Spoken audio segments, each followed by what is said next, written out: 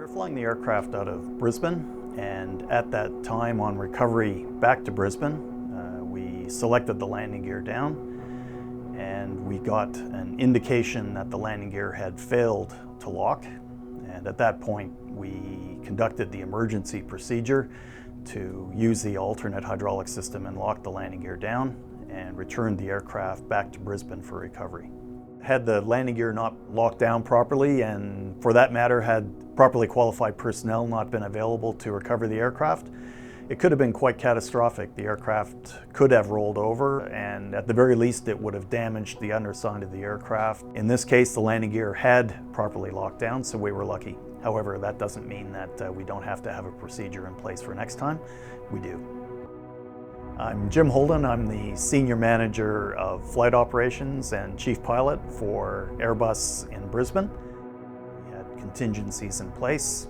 Those contingencies, unfortunately, were outdated, and we didn't have the crews trained up properly. Having proper procedures in place would have made the recovery that much easier and that much safer to have conducted.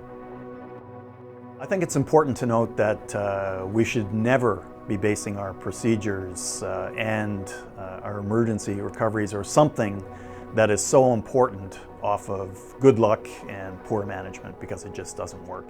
Saying that the plan's only as good as the first shot, we found that in this particular incident, when you talk about radio communications and the aircraft noise, we've now upgraded our radios. But we always say to the guys involved, if something can go wrong, it probably will. So you have to be able to think on your feet. And that's where that, training and understanding the process and trusting the guy beside you, the guy in the cockpit, to do the right thing is really important. I'm Paul Coughlin. I'm the Maintenance Capability Manager at Airbus Brisbane, also the MRH 90 Part 145 Responsible Manager. What are the hazards? What are the subsequent risks? How are we going to mitigate those risks? And if things go wrong, what do we do? That's just built into the way we work in maintenance and operations. It's just that continual PDCA cycle that Airbus has adopted, and it works.